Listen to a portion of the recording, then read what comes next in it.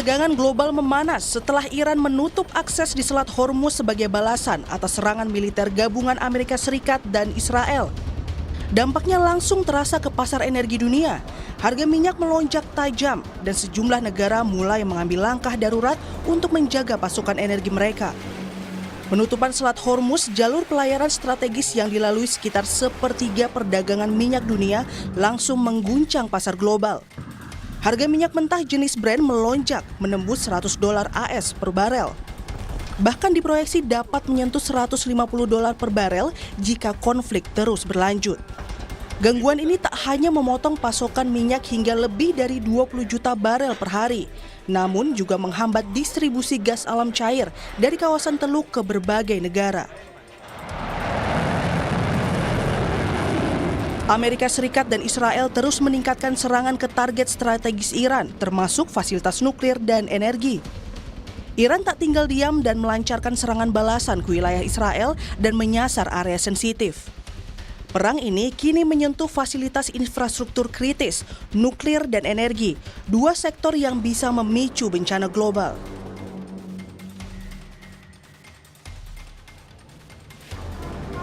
Dan kini sejumlah negara mulai mengalami tekanan pasokan hingga krisis BBM. Filipina mengumumkan darurat energi nasional akibat terdampak perang. Presiden Ferdinand Marcos Jr. menyebut ancaman mendesak terhadap pasokan energi negara tersebut. Marcos mengatakan telah membentuk sebuah komite untuk memastikan kelancaran pergerakan, pasokan, distribusi, dan ketersediaan bahan bakar. Filipina mengimpor hampir seluruh minyak mentahnya dari Timur Tengah.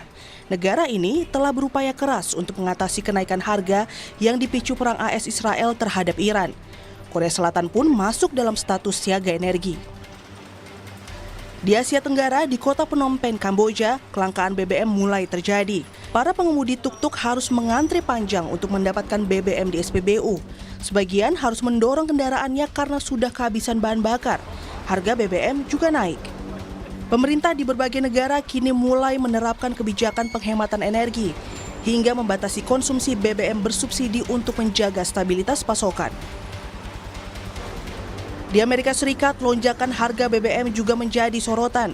Gedung Putih menyebut kenaikan ini bersifat sementara dan akan turun setelah operasi militer berakhir. Pemerintah AS mengklaim dominasi energi Amerika akan mampu menekan kembali harga di pasar domestik. The temporary short-term fluctuation in gas prices, the president has said, once these combat operations are over, this administration is going to continue to unleash American energy dominance. We're continuing to do that every day, and we're going to see prices at the pump go back down, just as we have over the past year because of this president. And don't think for one second if the Democrats had their way, gas prices would be as they were under the previous administration, the Biden administration, record highs. This president is keeping them as low as he can during this short-term combat operation, and they're going to go right back down when this is over. Di tengah memanasnya situasi perang, Presiden Turki Recep Tayyip Erdogan mengecam Perdana Menteri Israel Benjamin Netanyahu. Erdogan menilai konflik ini telah menjadi krisis global dan menyerukan langkah internasional untuk menghentikan eskalasi.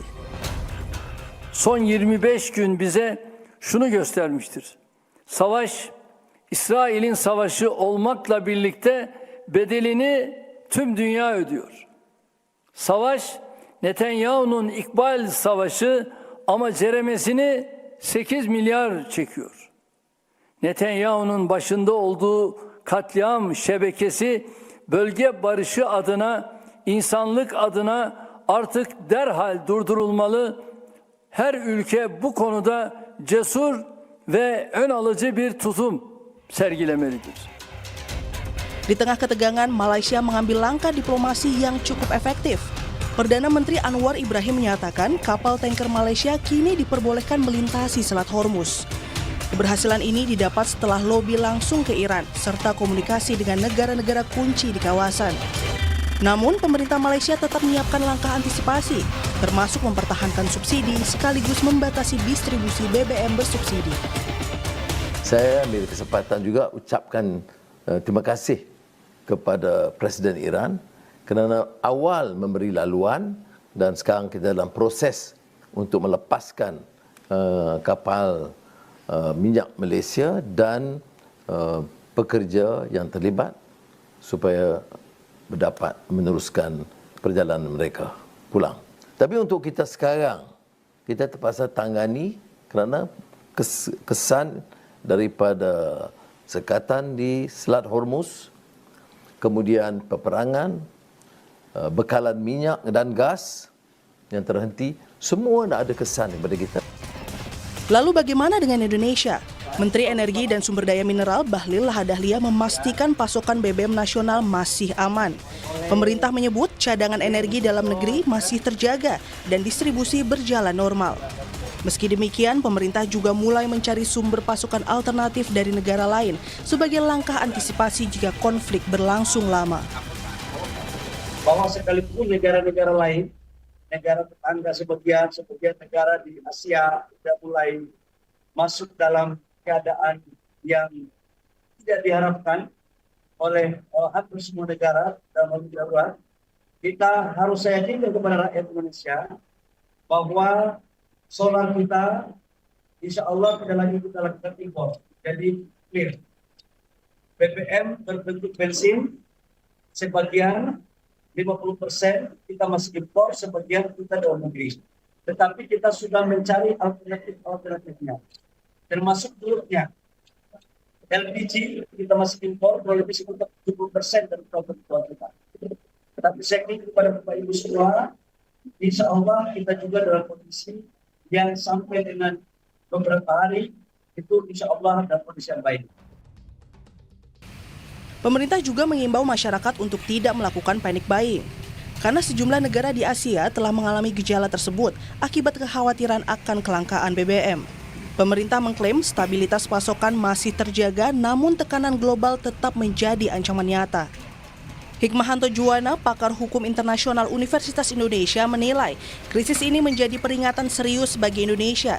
Ketergantungan pada impor minyak membuat Indonesia sangat rentan terhadap gejolak global.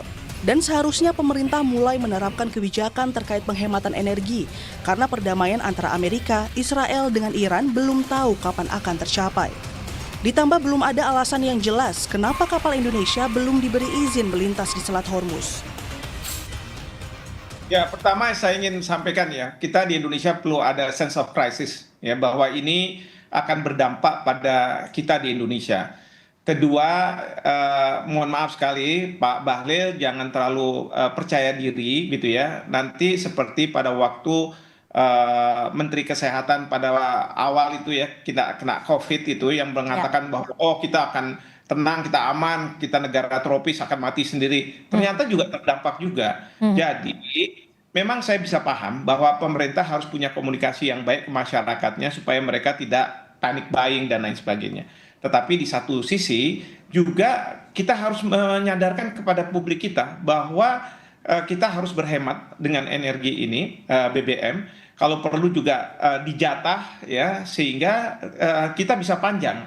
Saya tidak tahu persis ya kenapa, tapi dari berbagai informasi yang saya dapatkan, tapi ini sekali lagi perlu dikonfirmasi, adalah berkaitan dengan mungkin Indonesia terlalu berpihak pada Amerika Serikat. Indonesia belum tegas mengatakan bahwa yang dimaksud dengan pihak yang melanggar pasal 2 ayat 4 Piagam PBB yang melakukan serangan kepada negara lain itu siapa? Karena kita hanya menyebut pasal 2 ayat 4 Piagam PBB. Para pihak diminta untuk menahan diri. Nah, tapi nggak menyebut bahwa itu Amerika Serikat dan Israel. Nah, ini yang kita perlu tegas. Yang kedua juga ada yang saya dengar isunya bahwa karena Indonesia ini terlalu dekat dengan Amerika Serikat berkaitan dengan BOP. Ya, jika harga minyak menembus $150 per barel, maka beban subsidi energi berpotensi membengkak tajam. Pemerintah dinilai perlu segera mengambil langkah strategis. Konflik di Timur Tengah kini tak hanya menjadi isu geopolitik, namun telah berubah menjadi krisis energi global. Selama Selat Hormuz masih terganggu, maka harga energi dunia akan tetap bergejolak. Dan bagi Indonesia ini menjadi ujian besar seberapa siap menghadapi guncangan energi global di tengah ketidakpastian yang masih terus berlangsung. Tim Liputan, Kompas TV.